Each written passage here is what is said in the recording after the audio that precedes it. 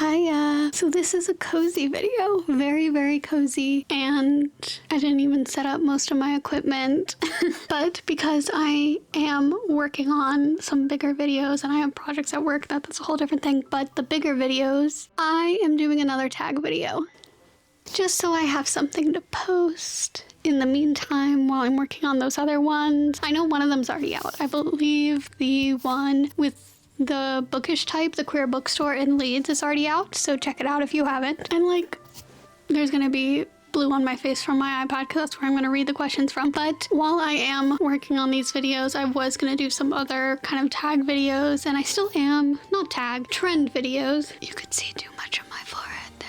So the trend videos, yeah, I was gonna do like swapping screen time with reading time, that kind of stuff. So I am still gonna do those, but it's just a busy week. So I am doing from unluckyprimes.blogspot.com. It is unpopular opinions book tag. So the first question, a popular book or series that you didn't like. I think we all know the answer to this.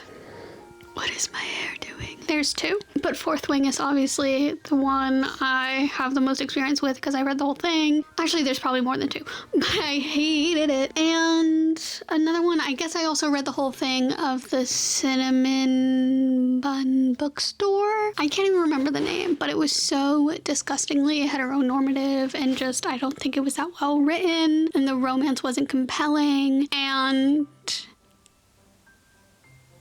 like, why, when it was like the man's point of view, was it he did not speak as, I don't even want to say eloquently, but that's the only word coming to mind. He just spoke so like, dude, bro, like he spoke like a teenager, and he was younger, but he was still 25. So it was like, why are you perpetuating this idea that men don't have deep thoughts, and his feelings towards the woman were just like, oh, but she's so hot.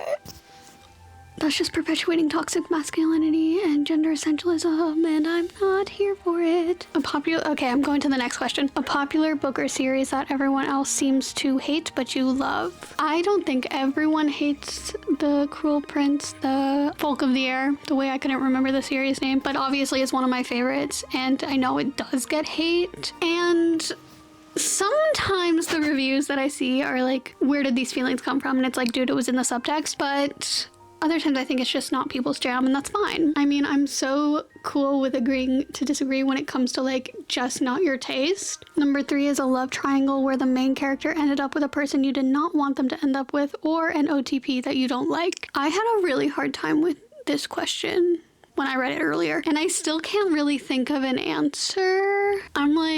I'm trying to even think of films, because I mean, there has to be some that I'm just like, they shouldn't have. I don't really read a lot of love triangle stuff, so I just can't think of even like an OTP that should not have been together, because I feel like I don't read a romance or even something with a romance subplot if it's not compelling, and then I want them to be together because I get so tired of them so easily.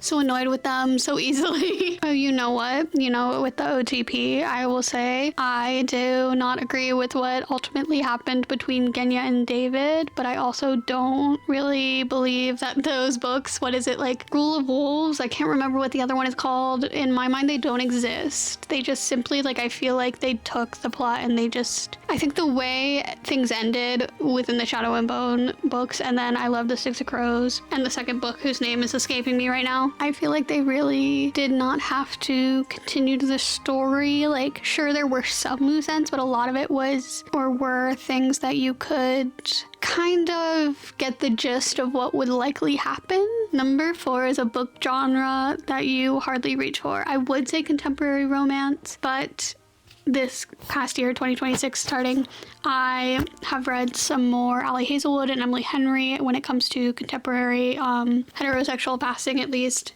romance. I, in the past, have reached for that less because I didn't like a lot of popular ones, and I don't like a lot of tropes used and the way they are so trope focused, but I did like those, so I feel like I am reaching for it a bit more. Something I really don't reach for is kind of sci-fi, which I have read sci-fi and I have liked sci-fi, especially as a fantasy fan, there is some like sci-fi that uses some fantasy elements, and then I tend to lean towards it more. But I'm not a huge sci-fi person, so I'm not reaching for them. I don't think I have many sci-fi on my TBR list.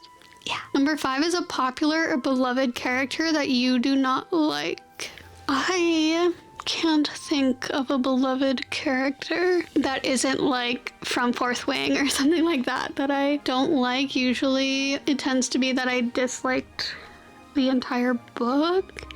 I can read books with characters I don't like, but I can't think of one that people absolutely love that I can't stand. I feel like I also tend to be very forgiving of characters. I feel like I do the opposite. Like I will like a character that people don't like because I'm like, you just don't get them. You just don't get the nuance and you don't understand them like I do. Which sounds so pretentious, but usually I'm doing it as like a joke. And also because I will defend evil women in fiction. I hate that I felt like I needed to clarify. 6 is a popular author that you can't seem to get into. Obviously, there's the author of Fourth Wing, who, like I said, is also problematic. And then the other one I'm not even going to name. Y'all know who it is. She's a Zionist. She used Breonna Taylor's death to promote her new book. So the fact that I don't like her writing is one thing, but also I don't want to platform her. A popular book trope that you're tired of seeing. I don't want love triangles. I want all of them to get together, and I want no more like insta-lust, insta-love. I hate it. I want the tension. I want building up to it. If it's a character exploration or if it's an exploration of something else within a book and the characters get together fast, that's one thing. But if it's a romance and that is the main premise or like just a big part of the book, love, insta-lust, no thank you. Build up to it. A popular series that you have no interest in reading. Obviously, I feel like I already named them.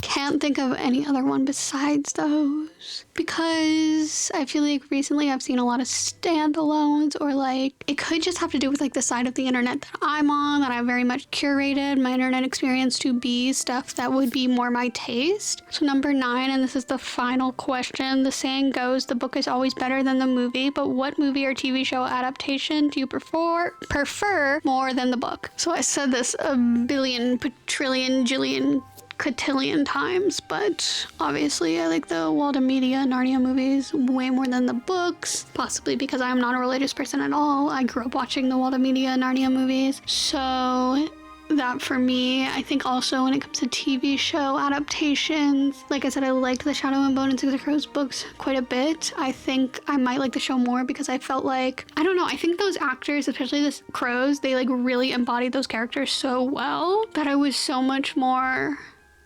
hyped watching the show. And I was really sad it was canceled. So that is all I have. Thank you so much for watching. I have fun videos to come, I promise. More exciting stuff to come, I promise. So like and subscribe, and I'll see you soon. Bye.